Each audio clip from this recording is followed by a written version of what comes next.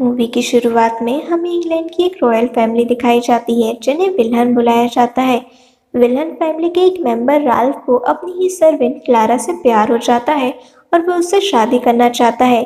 लेकिन जब वो शादी की बात करने के लिए अपनी फैमिली के पास जाता है तो फैमिली के मेंबर्स उसकी हंसी उड़ाते हैं, जिससे उसे शर्मिंदगी महसूस होती है। उसे लगता है वो बेवकूफ़ है क्योंकि वो एक नौकरानी से शादी करने जा रहा था, इसलिए राल्फ किसी और से शादी कर लेता है। ये सुनकर क्लारा अपनी जान दे देती है क्योंकि वो प्रेग्नेंट थी। जब ये बात क्लारा की माँ को पता चलती है, जो उस टाउन की विश थी, तो अपनी बेटी की मौत का बदला लेने के लिए वो विलन फैमिली को कर्ज देती है।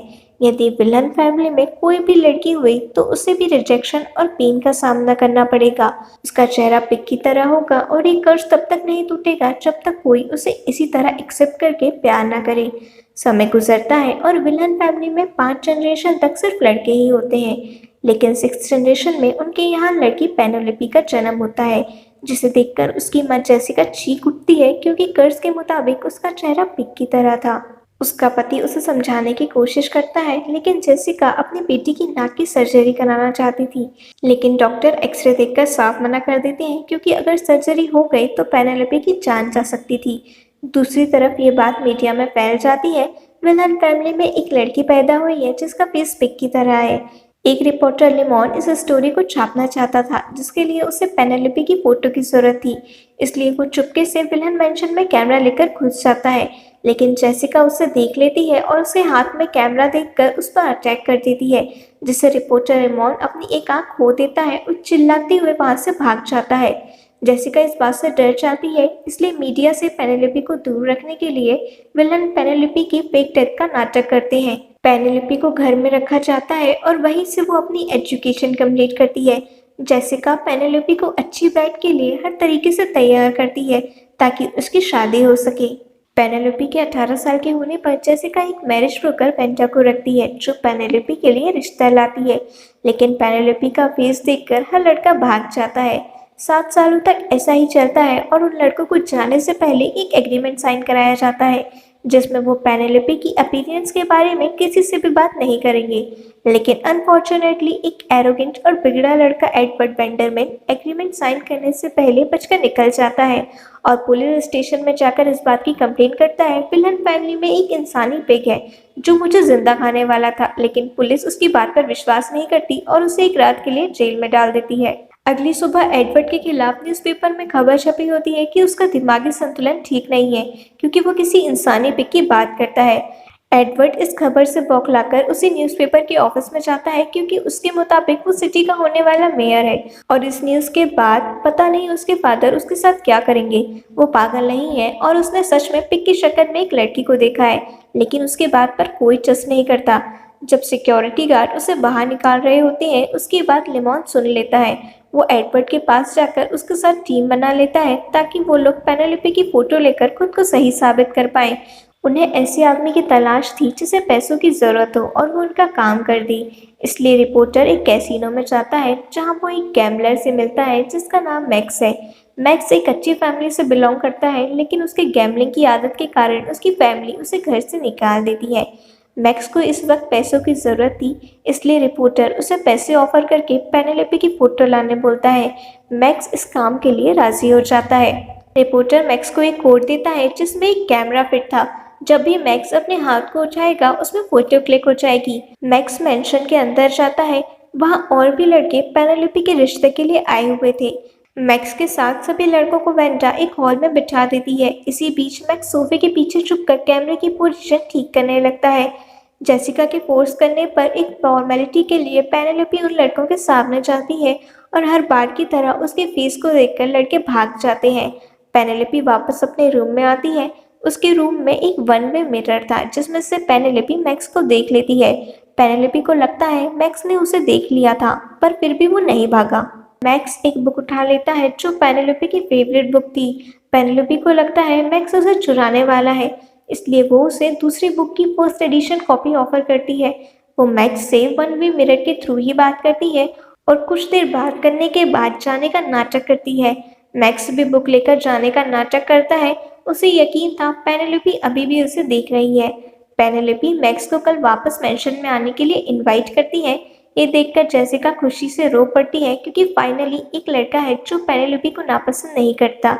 जब मैक्स बाहर आता है तो एडवर्ड और रिपोर्टर उससे फोटो के लिए पूछते हैं। मैक्स कहता है पेनेलोपी मुझसे मिलने बाहर नहीं आई और मुझे कल फिर इनवाइट किया है। नेक्स्ट डे मैक्स वापस विल्हन मेंशन में जाता है और मिरर के थ्रू ही पेनेलोपी से बात करता है।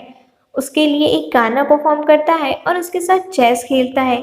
बातों बातों में मैक्स पेनेलोपी से बाहर चलने को कहता है, लेकिन पेनेलोपी बात को टाल देती है। नेक्स्ट डे जब मैक्स पेनेलोपी से मिलने जाता है वो उसके लिए पियानो प्ले करता है, लेकिन वो ठीक से नोट ना प्ले करने का नाटक करता है, जिससे पेनेलोपी उसे इंस्ट्रक्शन देती है, फिर खुद बाहर आकर उसे सिखाती है।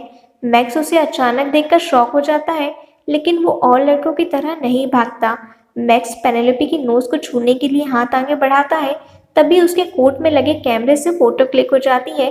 इसी वजह से मैक्स के मुंह से ओ शिट निकल जाता है। पेनेलोपी को लगता है मैक्स ने उसके लिए ऐसा कहा, इसलिए पेनेलोपी रोते हुए वहां से चली जाती है। मैक्स मिसअंडरस्टैंडिंग क्लियर करने की कोशिश करता है, लेकिन पेनेलोपी बात नहीं करती, इसलिए वो वहां से चला जाता है।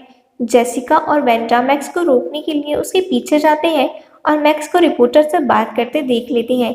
जेसिका समझ जाती है मैक्स रिपोर्टर का आदमी है जो पेनेलोपी की फोटो लेने आया था, लेकिन मैक्स कैमरा रिपोर्टर को ना देखकर उसे तोड़ देता है और वापस पेनेलोपी के पास जाकर उसे कहता है कि वो कोई जासूस नहीं है।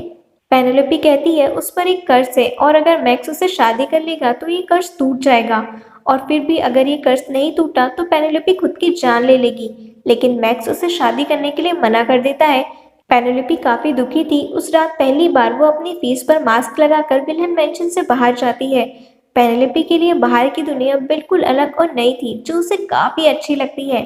पेनेलोपी की मदर उसके जाने से स्ट्रेस में थी, तभी पेनेलोपी अपनी मदर को कॉल करके उनसे गुड बाय कहती है। वो एक होटल में रूम बुक करती है और अपनी मदर के क्रेडिट कार्ड से पैसे पे करती है। इधर मैक्स पेनेलोपी के साथ बीते पलों को याद करता है।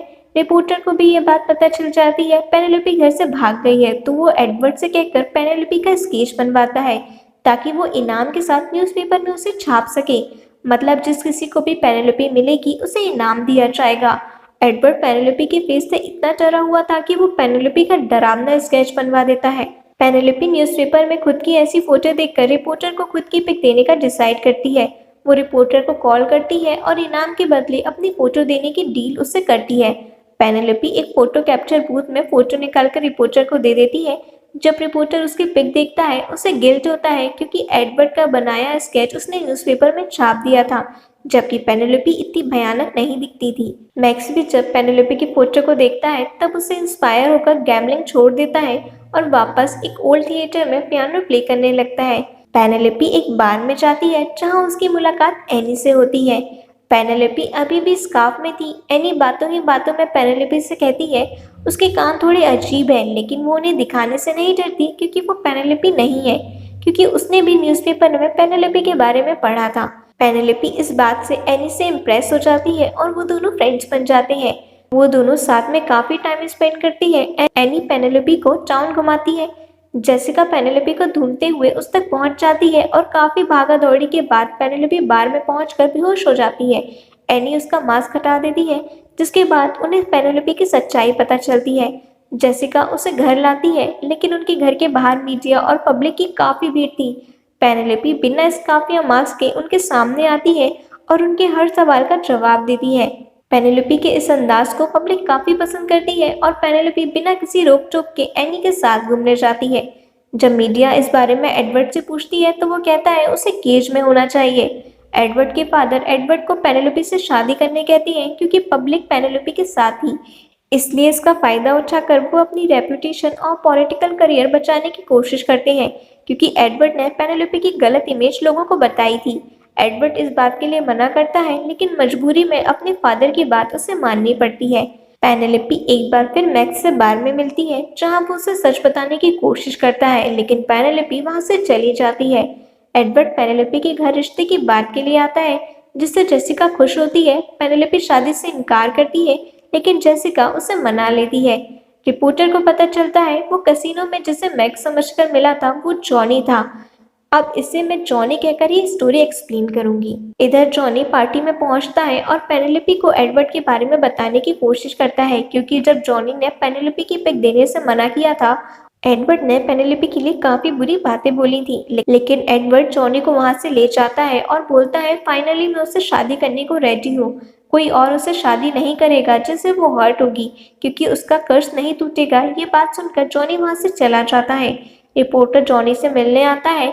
उसे भी पता है वो पेनेलोपी को पसंद करता है, लेकिन जॉनी का कहना है वो पेनेलोपी से शादी नहीं कर सकता क्योंकि वो ब्लू ब्लड नहीं है जिससे पेनेलोपी का कर्ज टूटे। रिपोर्टर पेनेलोपी की वेडिंग में जाता है। वो जेसिका और वेंडा को जॉनी के बारे में बताता है। वेंडा जेसिका से इस बारे में पेनेलोपी को बताने बोलती है, क्योंकि हो सकता है शायद इसी वजह से जॉनी ने पेनेलोपी को शादी के लिए मना किया हो, क्योंकि वो ब्लू ब्लड नहीं है। लेकिन जेसिका वेंडा को कुछ भी बताने से मना करती है। इधर पेनेलोपी शादी करने से मना कर देती है और वहां से भाग जाती है, क्योंकि वो सिर्फ कर्ज तोड़ने के लिए एक ऐसे इंसान से शादी नहीं कर सकती जिससे वो प्यार नहीं करती। पेनेलोपी कहती है वो जैसे भी है खुद को पसंद है। ये कहते ही पेनेलोपी बेहोश हो जाती है। जब वो होश में आती है तब वो देखती है उसका पूरा फेस अब ठीक हो चुका है।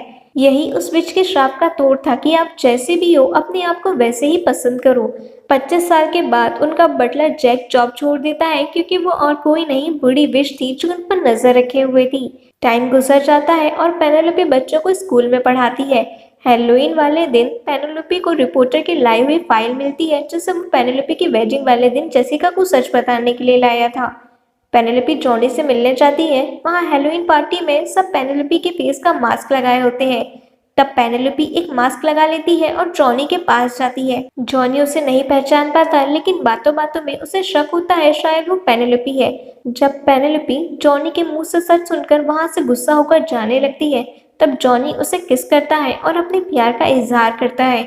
वो उससे माफी मांगता है क्योंकि उसके पास कर्ज तोड़ने की पावर नहीं थी। तभी पेनेलोपी अपना मास्क हटाकर बोलती है ये पावर हमेशा से मेरे पास थी और मैंने ये कर लिया। ये स्टोरी पेनेलोपी बच्चों को सुनाती है और हैप्पी एंडिंग के साथ मूवी खत्म हो जाती है।